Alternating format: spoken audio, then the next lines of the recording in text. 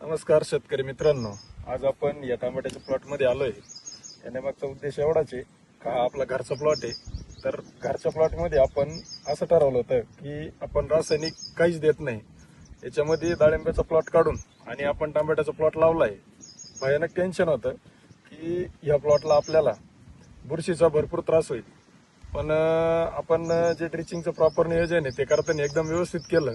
तर जाताना आपल्याकडून एकदा फर्स्ट स्टेप पण या प्लॉटला खालून गेलेलं आहे ड्रिचिंगला. त्याच्यामुळं आजच्या मिनिटाला या प्लॉटला तुम्ही बघू शकता कमीत कमी 5-5-6 फुटी आहे. आणि हा प्लॉट आहे 9 जूनचा. 9 जूनच्या प्लॉटला एकही दाना आपण रासायनिकचा टाकलेला नाही.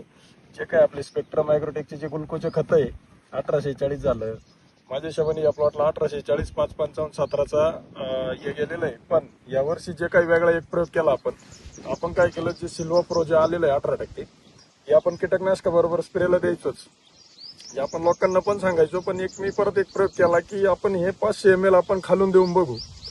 तर ह्या टमाट्याच्या प्लॉटला ज्या टायमाला 500 ml सिल्वा प्रो ज्या टायमाला दिला आपण, तर 4 दिवसामध्ये प्लॉटमध्ये इतका चेंज होता की प्लॉटला फुटी भरपूर निघाल्या. आणि जे या वर्षाचे जे आर्लीचे प्लॉट होते त्या प्लॉटांना फुटी तेवढा निघाली नाही.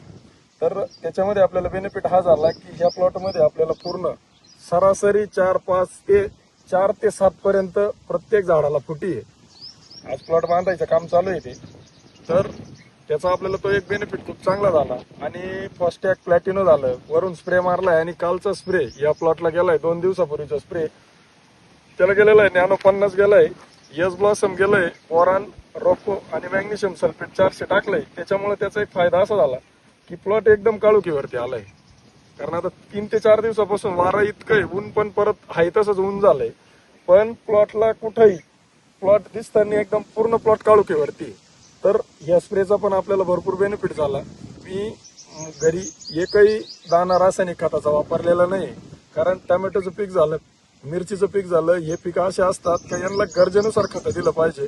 उगाच ह्या स्टेजला हे दिलं पाहिजे म्हणून देण्यात मजा नाही, असं माझं स्वतःचं मत आहे. मी जे काही नवीन प्रयोग करतो तर त्या गोष्टीमध्ये मला या 2-3 गोष्टीचा खूप चांगला अनुभव आला. तर सिल्वा प्रोचं जमिनीतून जर सिल्वा प्रो गेलं तर 1001% प्लॉटमध्ये फॉस्फरस लेवल वाढते. फॉस्फरस लेवल वाढल्यामुळं तुम्हाला सगळ्या गोष्टी एकदम प्लॉट हेल्दी झाल्यामुळं बऱ्याच आजारांपासून प्लॉट लांब राहतो. टेम्परेचरला पण प्लॉटने जुमानलं नाही आपल्यावाल्या. तर हा एक बेनिफिट आपल्याला हा एक खूप चांगला झालेला आहे. तुम्ही स्वतः प्लॉट बघू शकता. तर सिल्वा प्रो हे खालून 500 ml हे प्रत्येकाने वापरलं पाहिजे असं मला वैयक्तिक वाटतं.